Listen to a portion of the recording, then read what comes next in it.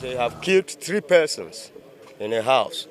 That was the starting of the massacre. Yes. So as that happens, then we were afraid. And that was at my own personal area. They were 4 in numbers. And they are Fulanis. I saw them closely.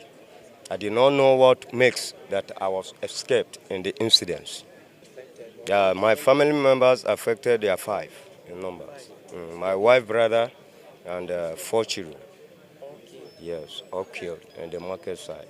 Fulani herdsmen came in around the Yelwata East, started firing gunshots.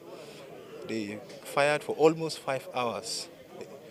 They met a stiff resistance here from the police. Immediately when they met the resistance, they moved towards Yelwata Market, Yelwata New Market. There they slaughtered more than 100 persons. The incidents lasted for more than 5 hours. They burnt some of our community members in stores there. There are some stores that are housing more than 50 persons. All were burnt down. People slaughtered there, others burnt to ashes. That was exactly what happened.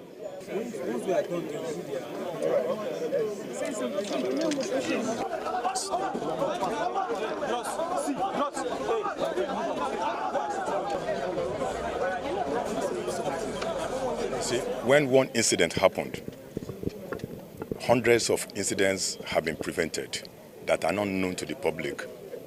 So that this happened does not mean that we have not been deploying. We have actually been deploying. We've been working together with the military and with other security agencies to ensure that this reign of impunity of these criminal elements ends, and we are committed to this. This attack on the peaceful Yelwata community is one attack too many. It is not just an attack on the people of Benue State. It's an attack on the entire nation, and we are not going to accept it. The people of this community are not alone. We are with them. The entire Nigerian communities are with them.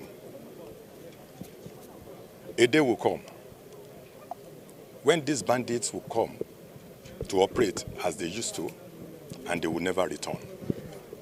That day is drawing nearer. I can assure you that we are committed to fight this battle and win this war. My appeal to the community is to cooperate with us. They know their environment more than anyone else. They should give us information. They know the strangers. They can recognize strange movements. They can see the signs that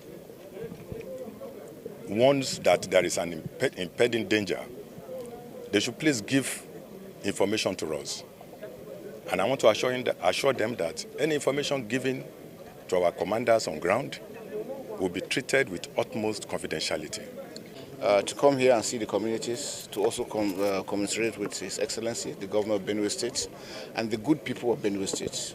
Like the IGP mentioned, this is one too many killings. We are tired of innocent souls being killed, and we're here to ensure that we address such. From now, I'll be going to see my commanders, and we have to change our strategy. We're going to look inward and see how we can address it. But like we mentioned, we cannot do it alone without the community, without the state. We need everybody to be part of it. We understand that even before now, we used to have, even within us, people that compromise and give information. Because going around, you see the way some of the burnings were made, they were targeted, and which means they had insiders. And so I've discussed with the communities, the traditional rulers, with the clergy, for us to work united. There have been some issues on trust, and that we're going to address. For us, like I said, we want this to be the last one that will happen. We're going to go all out to ensure that we address it. We have put in measures in other places, and it has worked. Here is not going to be different.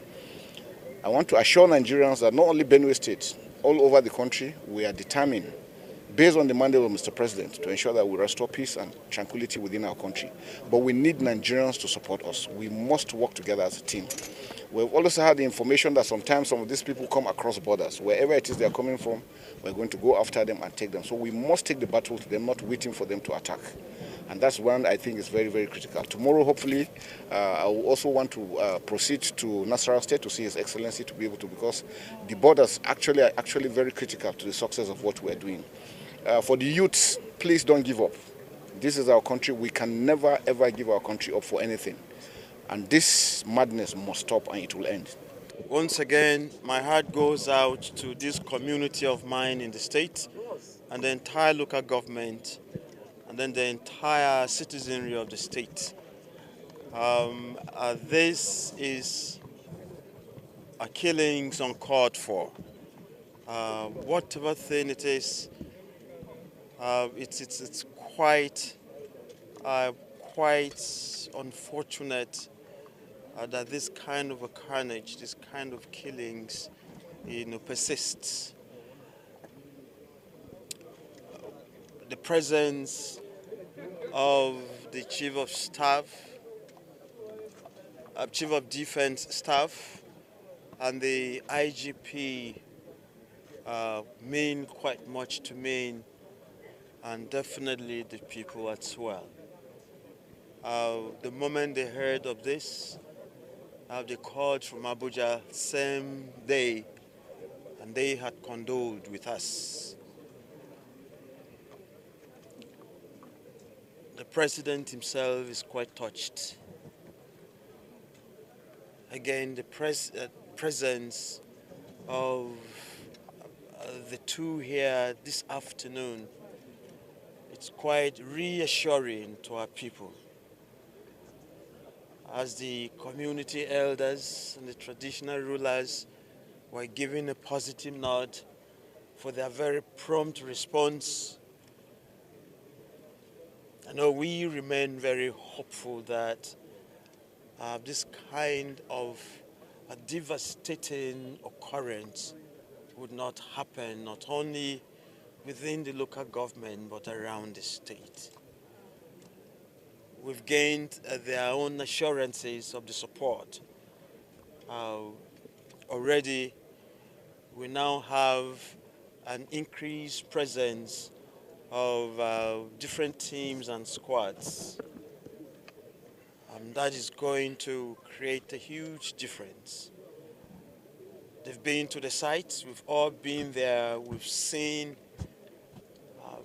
how inhuman it is. Each person is touched. It remains our prayer and resolve that this kind of a touchdown never happens any place.